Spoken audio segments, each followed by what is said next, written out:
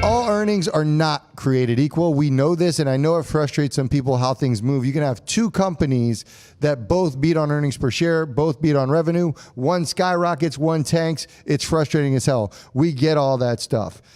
We had an interesting week because we were excited coming into this week, and we had some great earnings, but some massive sell-offs. Yeah. And that actually began last week. Example, Sam's probably the best example that comes to mind from last week, but it continued this week where we had some big winners, but we had some other ones that really scratched our heads. And so for us, or we're head scratchers, that were head scratchers. Oh my God. And so you said to me that you thought this was an opportunity for certain stocks. So let us know the stocks that you think could potentially be opportunities on their sell-off this week after earnings. Yeah, so there was definitely some ones that I thought maybe deserved to be sold off, but the reactions were what was really surprising. There were some really high expectations from analysts, and I think that's what you say. You talk about this all the time about companies that are victims of their own success. Yeah. And then all you see from analysts is just they continue to pump up expectations. And I think that some of the expectations were a bit too high. Yeah. And that, especially the ones that are coming out of the pandemic that had explosive growth over the pandemic as people were locked down. And they automatically thought that there was this was going to somehow continue, that the growth was just going to be sustainable. So we'll get into that. But real quick, Troy Gates, I got to shout him out. I said, let's go, Penn. What's up, Brad and Christian? Life's treating you good. And he's treating us good with a $100 donation. Bro, Appreciate I don't even know what to say to that. So thanks so much for that.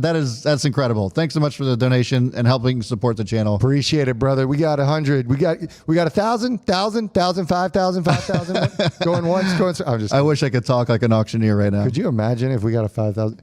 Appreciated. Yes. $100. That's awesome, man. Thank you so much for that.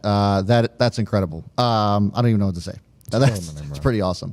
Okay, so getting into the stocks that I think are worth buying up after a beat down on earnings is going to start off with Etsy. Now, Etsy got beat down.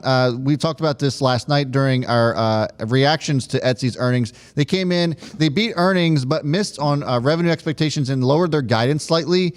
And a lot of it was, again, having to do with their explosive growth during the pandemic. And of course, they were going to have that kind of explosive growth.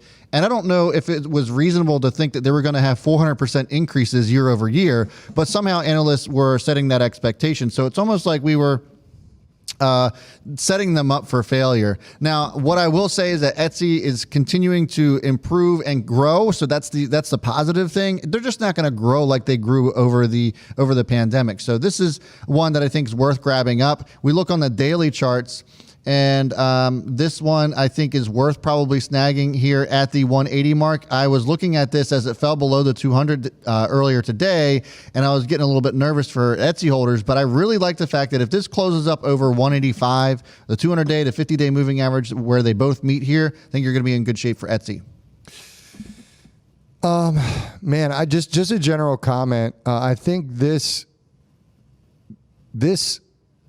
shines a light on the importance of having a core set of stocks that you like, right? Yep. So, my Fat Man Zoom, that's 7 stocks. I give myself room for 3 speculative stocks that's like my main account.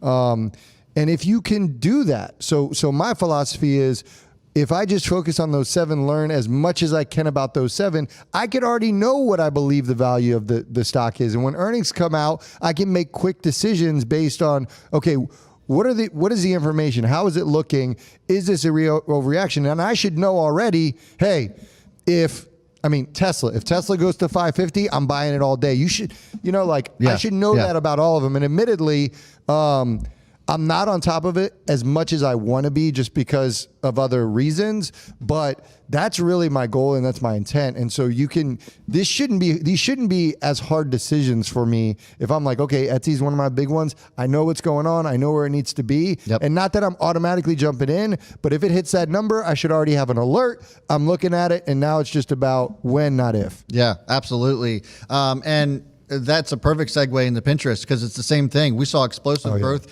from Snap, from Facebook, Twitter, and Pinterest, yet somehow everybody got in their feelings when some of the monthly active users weren't quite what they were this time last year. And again, no kidding. The fact of the matter is that they're still experiencing really strong growth here, even on a global level, which is kind of like one of the pain points for Pinterest this time last year, was the global growth was really kind of lacking. And this time around, this year, we're seeing some really significant growth on the global side of things as far as Pinterest is concerned.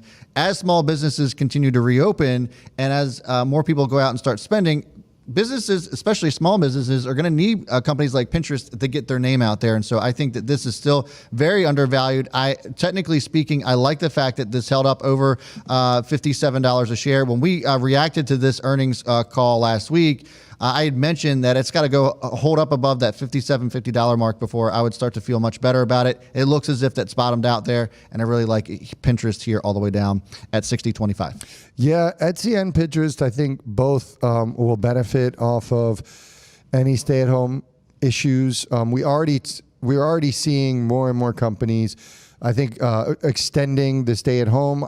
Amazon just announced, I think, January of 2022 is the earliest they're going to let employees come back. Marriott, I believe, as well.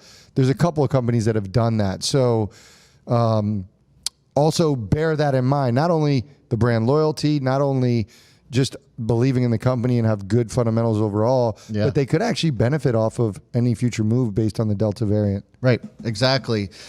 Speaking of which, I love these segues you're making for me, Fat Man Zoom. The next one's going to be Roku. Roku came out with earnings just last night as of this recording, or as of this live stream, and it's down around 4.25%. It dropped significantly overnight. It was down as much as around 8 to 10% between after hours and pre-market today. It's actually recovering quite well, and I like the fact that this is holding up above $400 a share. I think that if it closes up here, we're going to be in good shape as far as Roku is concerned. One of the big reasons why people or investors sold off on Roku was because in the report, they reported about 1 billion hours less that were viewed compared to expectations. But they added over 1 million, I think it was 1.5 million new subscribers, which in my opinion, it was like, yeah, it makes sense. We're in the summer months. People are out doing things, so they're not going to watch TV as much, but they're still gaining a significant amount of subscribers. So I just love the fact that Roku gave us this opportunity, because I do think that it is still undervalued here at $400 a share. I'm kind of putting you on the spot. And again, so I don't have context. Yeah. And this is sort of the point I'm making about knowing a stock. 1 million, what was the number? 1 million? 1.5 million. 1.5 million. And what was it? Subscribers? Subscribers, yeah. So they had. So do you by any chance know what that is in comparison to last quarter? I do not, but it was a beat. So the subscribers were a beat by, I think they were expecting 1.2, if I'm not mistaken. Okay. And anybody can feel free to correct me on that, but they were expecting 1.2 million subscribers. They came in at 1.5. Got it. Okay, cool. So there you have it. 3 stocks to watch the bounce on. You got another one? I thought it was 3. I got a bonus one. It was 3. I got a bonus one, and that's Sam Adams, or Boston Beer Company. Boston Beer Company, real quick, this is just a bonus stock. This thing is down 50% from its highs, and it came down on a disappointing earnings report. But again, with the reopening, hospitality becoming going to continue to grow in demand, I still like Sam down here, even though it is down 50%. The upside is substantial, and this could potentially double from here. So we have Sam, Roku, Pinterest, Etsy. 2 questions I have. One is, out of all those, what's your highest conviction? I already know it's Sam. It's Sam, yeah. Yeah, it's Sam. Well, put them in order. Go ahead. Put them in order. Sam, Roku, Etsy, Pinterest. I like that order.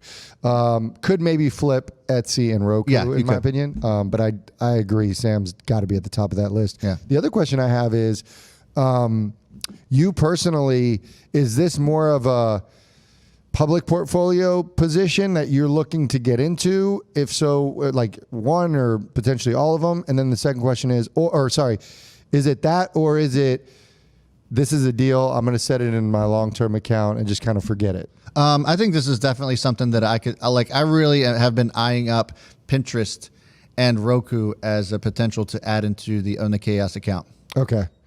Because that's another thing. It's like when things are on such a good deal, it may take a while for them to come back. I mean, even literally until the next earnings call. Yeah. Because you don't know what a catalyst is going to be. Something like Sam's a perfect example. if anything, it could be more challenging for them for the next 3 months. Yes. So what do they have coming up? We don't know. The best we can do is their next earnings call. But just because we know it's such a deal, I'm not worried about Sam for the long term. So throwing in an account and being like, okay, here's a deal. Let me just throw it in there. I think that's what I like to do sometimes. I think that's a great point.